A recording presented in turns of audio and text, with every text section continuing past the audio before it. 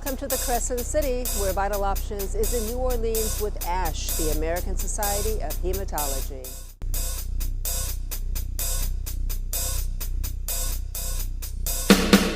And this is where the collaboration of organizations is just vital. As more and more cancer patients may be discovering, whether they're in the solid tumor or hematologic space, that their ability to access the physician or treatment of choice is now threatened. What happens, and what do we need to do as a community? That's a great question. So at LLS, we're doing a couple of critical things, and I think in collaboration certainly with LRF, and I'll share how people can get involved and do what Dr. Mauro has done, which is raise my hand and say, I can help, I'll help, let me know how. I think first, there is certainly a patient education component. We worked with 18 other organizations to put together a cancer insurance checklist. It's available at cancerinsurancechecklist.org. And it's around helping patients understand the questions they need to ask. Is my drug covered in this plan? Is my physician available in this plan? Is my hospital, my specialist, my diagnostic center available to me in this plan? And what does the cost sharing look like, which is another critical aspect that we haven't touched on a great deal, but it's critically important.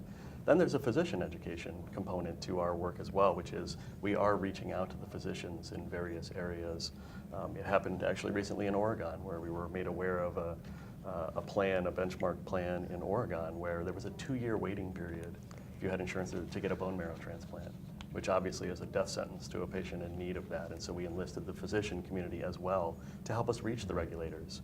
So there's patient education, physician education, and then I'll say from an advocacy perspective, we know numbers matter. So we need people, we need collaborators from an organizational perspective. We need people to go to our website and sign up to be advocates. Tell us, raise your hand and say, I want to be involved in some way. There's a lot of ways to be involved. Doesn't mean you have to go to DC, doesn't mean you have to stand up and testify. You might be writing a letter or some other way supporting. But when we get a lot of people acting together in that concerted way, who are educated, we can change policy. We've done it before. We can make a big impact. We can make sure these networks are more accessible for patients, one patient at a time. But we need people to come together. So that would be my message from a what do we need. We need folks to engage with us at LLS. Dr. Mauro, and from a clinical perspective, time for a cancer patient is just critical. So when you think about delays in access because of this, and also the added stress, you're already overwhelmed when you have cancer. This is enough to just put a patient over the top. Talk to us about, how do you even manage damage control through all this? Yeah, I take care of many patients who have a chronic illness now.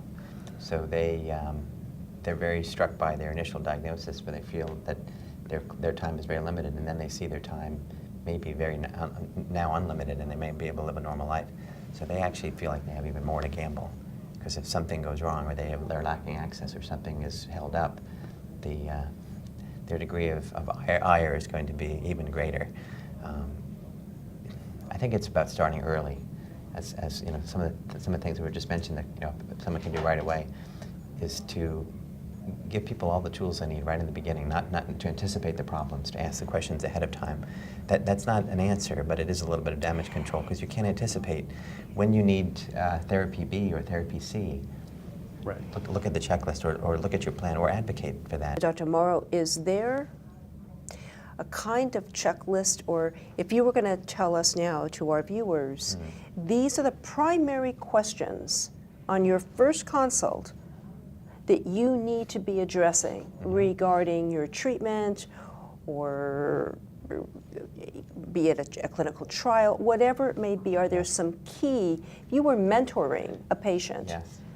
Tell us please what you would advise them. Well, the most important things to drive home are that someone understands their diagnosis and their treatment choices, and how to access the best treatment where, because those initial discussions are so crucial. And of course, part of that, besides what is your diagnosis and what is the best treatment, is a clinical trial appropriate? we had to fight hard in in the Northwest to make sure the patients had support for their standard of care treatment during clinical trials. Is an important gap that had previously existed. The only way we're going to move medicine forward, and often a huge advantage would be enrollment in a clinical trial immediately, not when the treatment is unsuccessful or when there's failure, especially in the disease I treat. Some of our greatest advances have come from taking patients at diagnosis. So, and then I think what's also missing, the mentoring for patients and my colleague physicians would be, what advocacy groups do you need to know about and who should you be connecting with? You don't have to contact them necessarily or allow, or have a list of questions for them, but let them contact you.